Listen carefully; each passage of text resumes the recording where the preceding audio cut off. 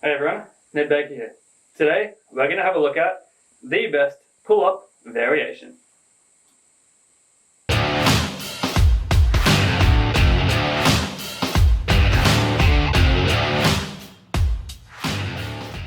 First, let's have a look at the different grips. So an overhand grip like this is our pull-up. An underhand grip like this is the chin-up. And then you can also do a neutral grip, which is hands like this. Generally, chin-ups work the biceps more, and pull-ups work the back more. In a bit more detail, here's a handy table you can use to see what muscles are used in what grips. Okay, so at the top of the table are the different grips. Elbow flexion in supination is a chin-up. Elbow flexion in a semi-pronated position is a neutral grip. And elbow flexion with pronation is a pull-up. Down the left-hand side of the table are the main elbow flexors, which are the most important muscles in the pull-up. So we have the biceps brachii, which contains the short head and long head, the brachialis, and the brachioradialis.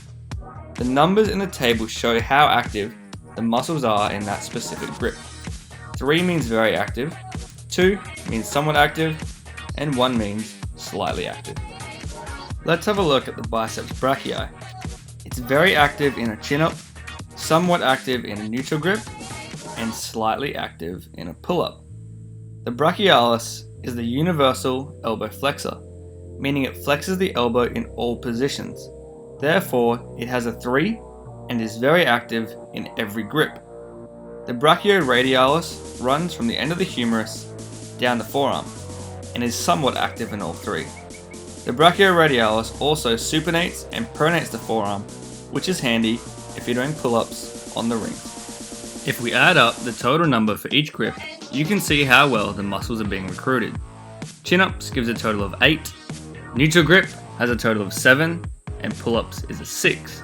This means chin-ups are generally the easiest and strongest for most people.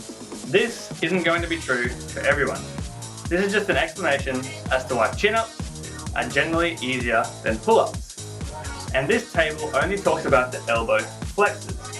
Shoulder extension is also a major part of the pull-up and the chin-up. So now we know the different types. But what's the best width to use? Is it best to use a close grip, a shoulder width, wide grip, or something else? Well, both close grip and wide grip have their purpose. But if you want the best bang for your buck grip, it's slightly wider than shoulder width. And I'll tell you why. Anatomically, everyone has something called the carrying angle. This is the lateral or valgus deviation from the humerus to the forearm. So everyone has this angle where the upper arm goes straight and then it kind of veers off to the side. Everyone's carrying angle is different and it's more pronounced in women. We have this so that when we walk, our forearms don't hit our hips, and also when we carry objects. This is important in a chin-up because when we flex the elbow, this angle appears again. So to get the best recruitment from the biceps and work the body how we're anatomically designed, the best way to do your chin-up is go slightly wider than shoulder width based on your carrying angle. In the end though, the best way to get strong in all areas is to use a variety of different grips and different widths. My personal favorite is the chin-up with a slightly wider than shoulder width, and I've explained why. But it's up to you what works best for you, and you gotta find what you enjoy the most.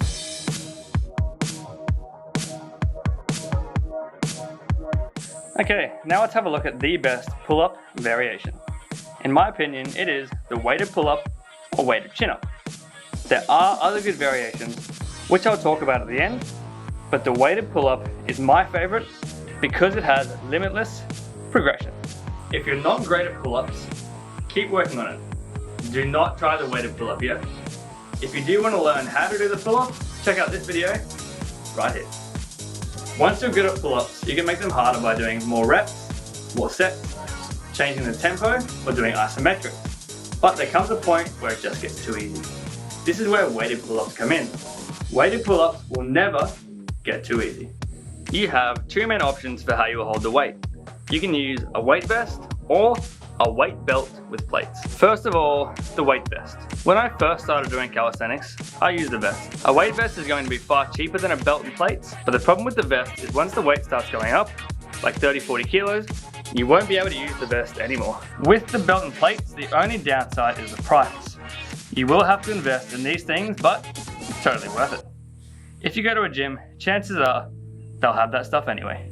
If you're new to weighted calisthenics and don't want to go too heavy, you can just use a little weight and put it in between your legs. This is also easier than putting a vest on. Once the weight starts going up, the belts and plates is the way to go. Let's have a look at how to set this up. Okay, so with our belt here, we're going to unclip it, then it wraps through the middle. Okay, so it goes to the middle of the plate.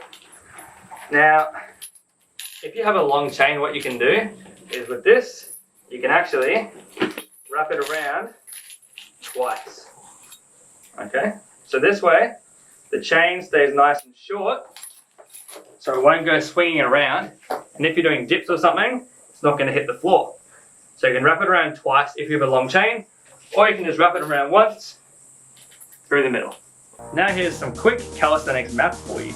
Results in calisthenics are 50% training, 30% nutrition, 10% if you use chalk. Let me know in the comments if you want to know what the other 10% is. These are not actual scientific facts, but chalk is very important. You see, chalk helps you get a proper grip by soaking up the moisture in your palms and fingers. A stronger grip will lead to a stronger pull. Another tip for stronger pulling is to squeeze the plate between your legs. Doing this will stop the plate from swinging around and will make it easier to pull more. Now of course, good form is key. Kipping is a no-go.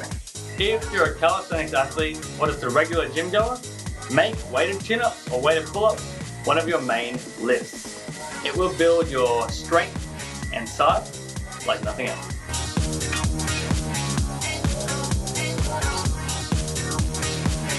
There are lots of different ways you can progress, but once the weight really starts to go up, straight reps are unlikely to do the job.